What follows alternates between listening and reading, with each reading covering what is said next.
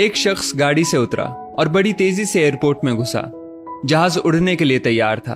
उसे किसी कॉन्फ्रेंस में पहुंचना था जो खास उसी के लिए आयोजित की जा रही थी। वो अपनी सीट पर बैठा और जहाज उड़ गया। अभी जहाज कुछ दूर ही उड़ा था कि कैप्टन ने ऐलान किया, तूफानी बारिश और बिजली की वजह से जहाज का रेडियो सिस्टम ठीक से काम नहीं कर रहा, इसलिए हम करीबी एयरपोर्ट पर उतरने के लिए मजबूर हैं। जहाज लैंड होते ही अब वो शख्स बाहर निकला और कैप्टन से शिकायत करने लगा कि उसका एक एक मिनट कीमती है और होने वाली कॉन्फ्रेंस में उसका पहुंचना बहुत जरूरी है। पास खड़े दूसरे मुसाफिर ने उसे पहचान लिया और बोला, डॉक्टर पटनायक, आप जहां पहुंचना चाहते हैं टैक्सी द्वारा यहां से केवल 3 घंटों में पहुंच सकते हैं। डॉक्टर ने उस शख्स का शुक्रिया अदा किया और टैक्सी लेकर निकल पड़ा। लेकिन ये क्या, आंधी तूफान और मूसलाधार बारिश ने गाड़ी का चलना मुश्किल कर दिया। फिर भी ड्राइवर गाड़ी चलाता रहा। अचानक ड्राइवर को एहसास हुआ कि वो रास्ता भटक चुका है। नाउमीदी के उतार चढ़ाव के बीच उस शख्स को एक छोटा सा घर दिखा। इस तूफान में वही गनीमत समझकर गाड़ी से नीचे उतरा और दरवाजा खटखटाया।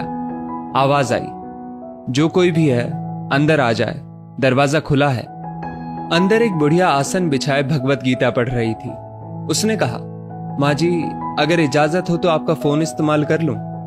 बुढ़िया मुस्कुराई और बोली, बेटा, कौन सा फोन? यहां ना बिजली है ना ही फोन। लेकिन तुम बैठो, सामने चरणामृत रखा है, पी लो, थकान दूर हो जाएगी और खाने के लिए भी कुछ ना कुछ फल मिल जाएगा, खा लो ताकि आगे सफर के लिए कुछ शक्ति आ जाए। डॉक्टर ने शुक्रिया अदा किया और चरणामृत पीने लगा। बुढ़िया अपने पाठ में खोई थी कि डॉक्टर की नजर उनके बगल में पड़ी। एक बच्चा कंबल में लिपटा पड़ा था जिसे बुढ़िया थोड़ी थोड़ी देर में हिला देती थी।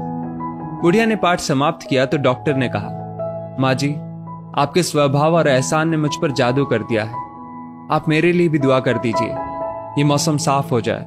मुझे उम्मीद है आपकी दुआएं जरूर कबूल होती होंगी। बुढ़िया बोली, नहीं बेटा, ऐसी कोई बात नहीं। तुम मेरे अतिथि हो और अतिथि की सेवा ईश्वर का आदेश है।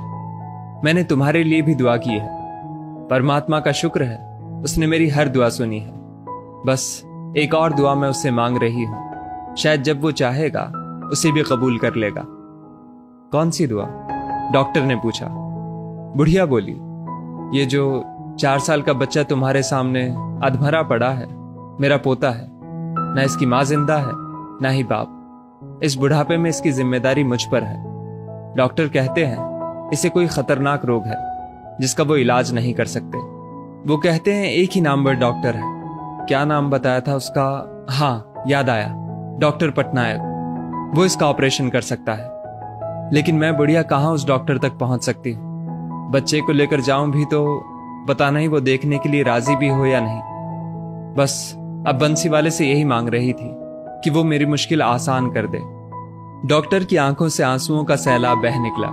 वो रूंधे कंठ से बोला, माई, आपकी दुआ ने हवाई जहाज को नीचे उतार लिया, आसमान पर बिजलियां कौंधवा दी, मुझे रास्ता भुलवा दिया ताकि मैं यहां तक खींचा चला आऊं। हे भगवान, मुझे यकीन ही नहीं हो रहा कि कन्हैया एक दुआ कबूल करने के लिए अपने भक्तों की इस तरह भी मदद कर सकता है।